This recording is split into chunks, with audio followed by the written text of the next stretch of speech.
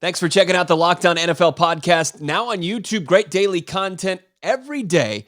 Of course, this offseason, all offseason long and into the regular season.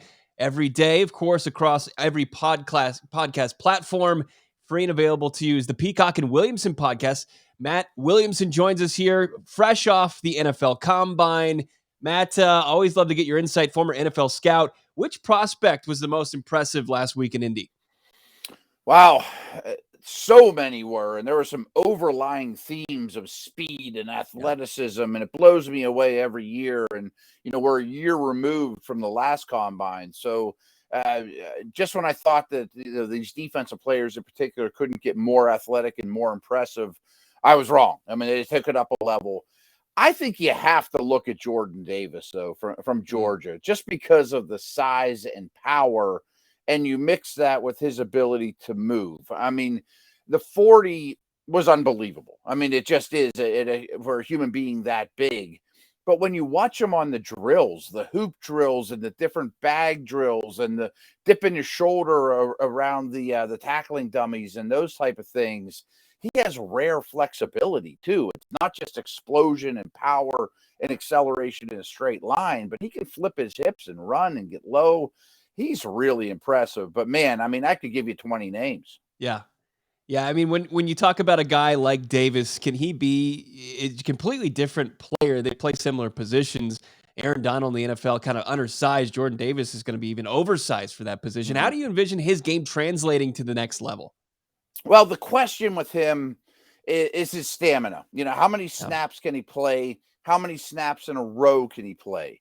And frankly, if he went to basically any other school on the planet, except for maybe Alabama, he would have played more snaps. I mean, I don't even know the young man's name, but there's a defensive tackle coming out of Georgia next year that's supposed to be better than the two guys coming out this year. Both might be first-round picks. So the lack of stamina or that question is hard to answer because he wasn't asked to play 30, 40, 50 snaps a game like you would at other schools.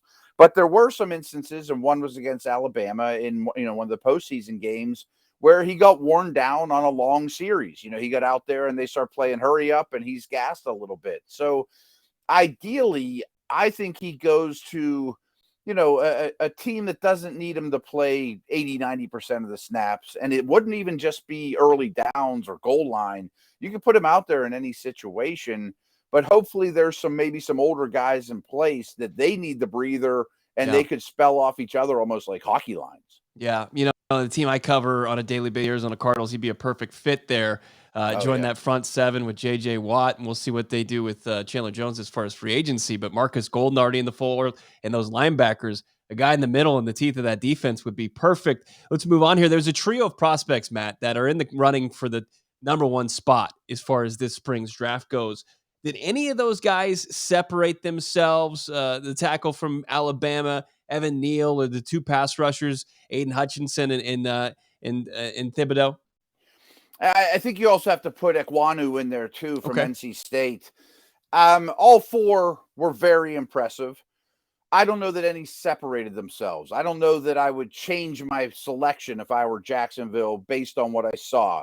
I also wasn't privy to medicals and, sitting down with those young men either.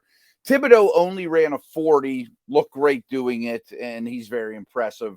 Hutchinson had a remarkable 3-cone number, and that to me is one of the most indicative numbers for edge pass rushers.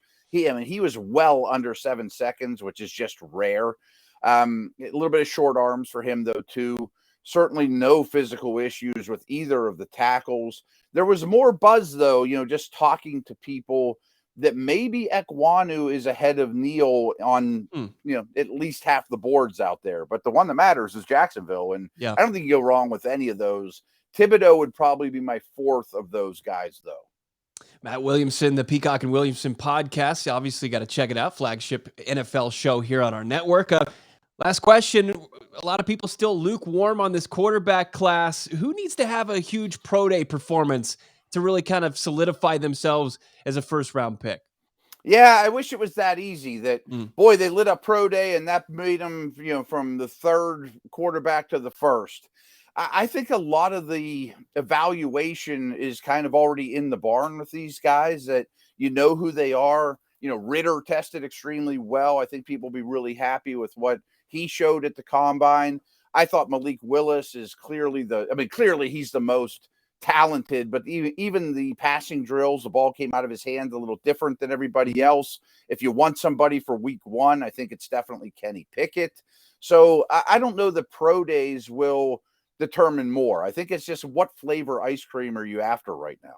Yeah, and there's a ton of teams that are they're looking for ice cream this year Oh in yeah. this offseason, looking for that quarterback position. Peacock and Williamson, essential listening for all you NFL fans, especially this time of year in the offseason. It's going to be Matt Williamson's going to be breaking down his time at the combine. You want to listen to it today and the rest of the week and all offseason long. Matt, thank you so much. Absolutely. Thanks, bro. This was great.